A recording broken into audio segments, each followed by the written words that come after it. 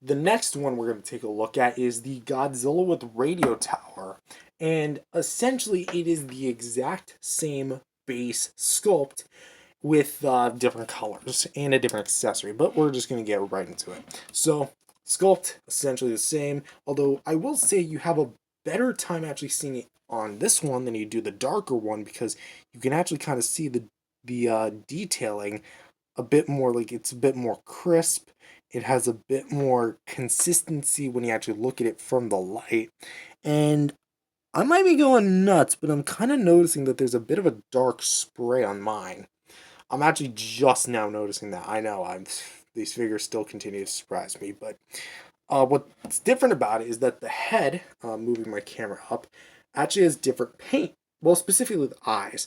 For one, they're actually painted a little bit better as far as like the consistency of the eyes. Granted, one's still high, one's still low, but they're still fine.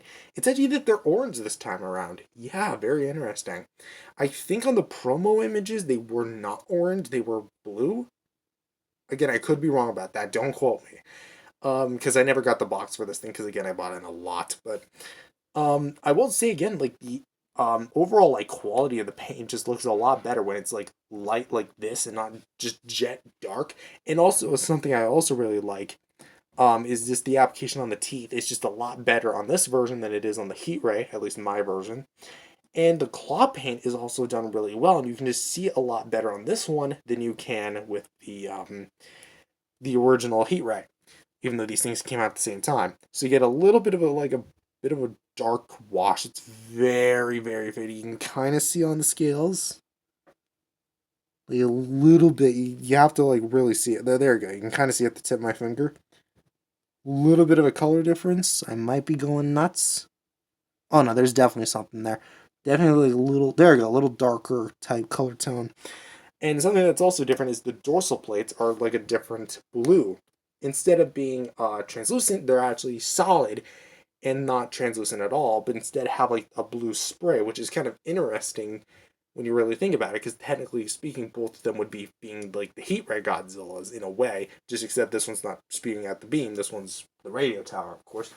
And as you can also just see, like, again, it's just a much more lighter blue grayish color. And mine does have a bit of a defect. Mine doesn't have like the blue spray on the bottom of the tail, but it's fine because it actually does kind of like color correspond a bit better. And something that's also a bit different, just also briefly just showing the claws, you can kind of see what I mean by it just looks a lot better. Something that also looks better in my opinion is the battle damage, like quality wise, like mine's got a bit of a red nick right there, but still it's fine. Like it just looks a lot more brighter and vibrant, and almost looks more like blood. I don't know. I guess like the darker color aspect of the Heat Ray Godzilla just didn't really do itself any favorites. So when it came to like actually putting like the paint on that guy, it just didn't really do anything all that great. But it's still a decent figure. I kind of wish it had more of the dry brushing though. But for articulation, we have a hinged jaw, swivels at the shoulders, swivels at the feet, and a ball joint at the tail. So pretty much an exact one for one with the Heat Ray.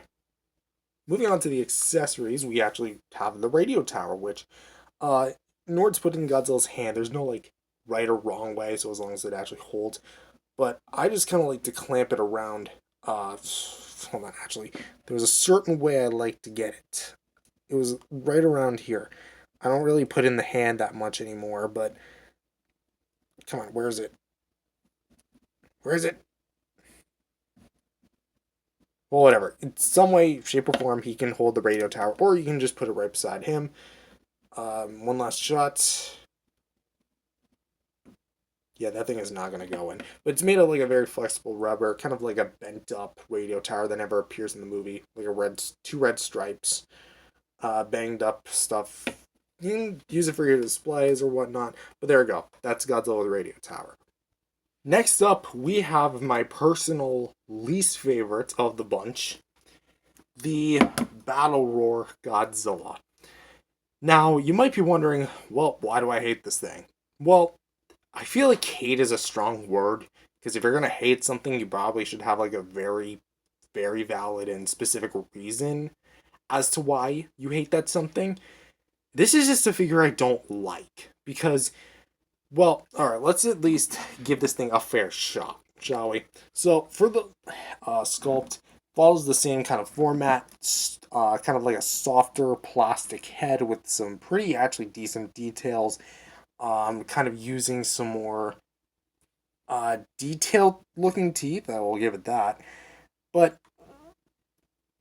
the freaking head is just so extended and it just looks so odd. I get it, he's looking up, but they literally just took Godzilla looking head and they stretched his neck like a giraffe. Like, this just looks awkward as heck. But the eye paint is actually okay. It's a bit better than what came before, but still not that great. Dry brushing on the head itself is actually pretty good. I do like that a lot. And we got some nice gum paint here with the teeth and spring-loaded jaw. Well, we'll get back to that. However, when we get a look at the figure downward, we're actually just gonna go like this. It's crap. Like, the paint work is absolute garbage. The blue wash on the shoulder is actually pretty good, but once we get to like the harder plastic, what the heck happened? Look at this. Like, it's all caked up on here, the button and on the sides, and it just looks so odd, almost like he's shedding his skin. You know what it actually looks like? A screen protector, but you peel it off and then you put it back on and then you see the little air bubble space. That's exactly what this looks like. It almost looks like I'm supposed to press it and it'll like bubble around Godzilla and I'm supposed to like press it until it's all gone. We all know that's not happening. But it just looks so caked on and it looks so last minute and it's just not done very well. I will say the blue wash on the legs are done pretty well, but even like the legs positioning just doesn't look, it looks odd. Like, again, we have like a neutral stance himself, but it's kind of like bent in. And then we have this one, which is like bent in even further, but like tiptoeing. So, like, what exactly is Godzilla trying to do here? Because you have him like kind of slouching and looking straight up like a giraffe, and then you have his tail, which is like swooping in. Which I'll say, the mold on the tail is done actually pretty decently, and I like the blue paint we have.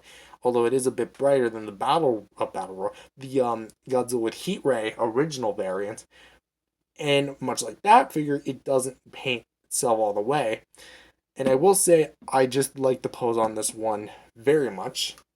But once we get to the dorsal plates, you didn't have thought there was a clear difference between the Heat Ray one. This is like night and day.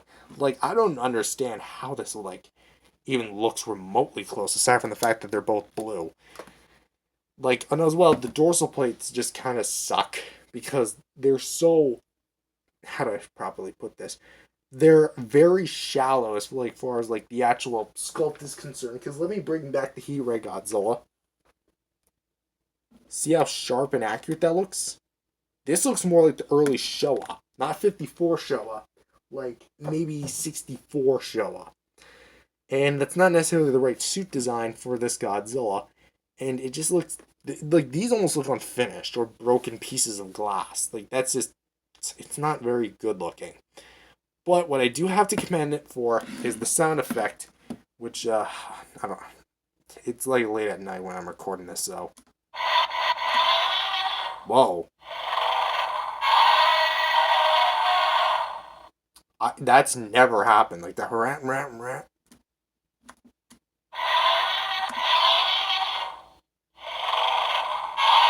The heck?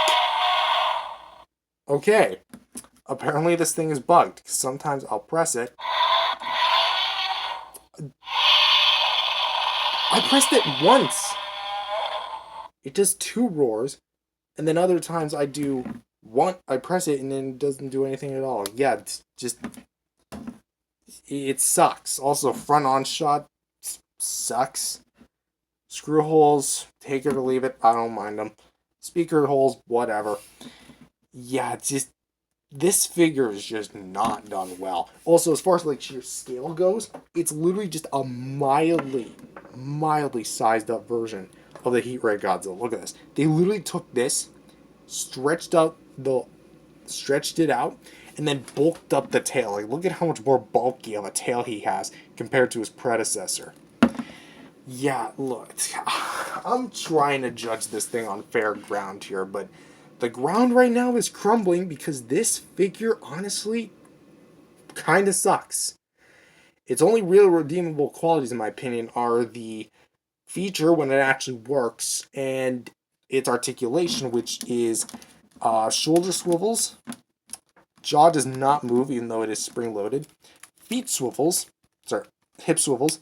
Feet swivels, there we go. And a ball-jointed tail, which you can pretty much move in any way which way you please. But aside from that, this is exactly why I didn't buy the rest of Battle Wars. I'm sorry. Even if the new GXK ones are good, this one just kind of killed any momentum I had, and that Kong looks derpy as heck. The only real one that looks good out of the line is probably the MechaGodzilla, because even the new Kong they have just kind of looks a little derpy, and the vaults from what I hear is just equal in consistency. Don't get me started on Scar King's big bug eyes.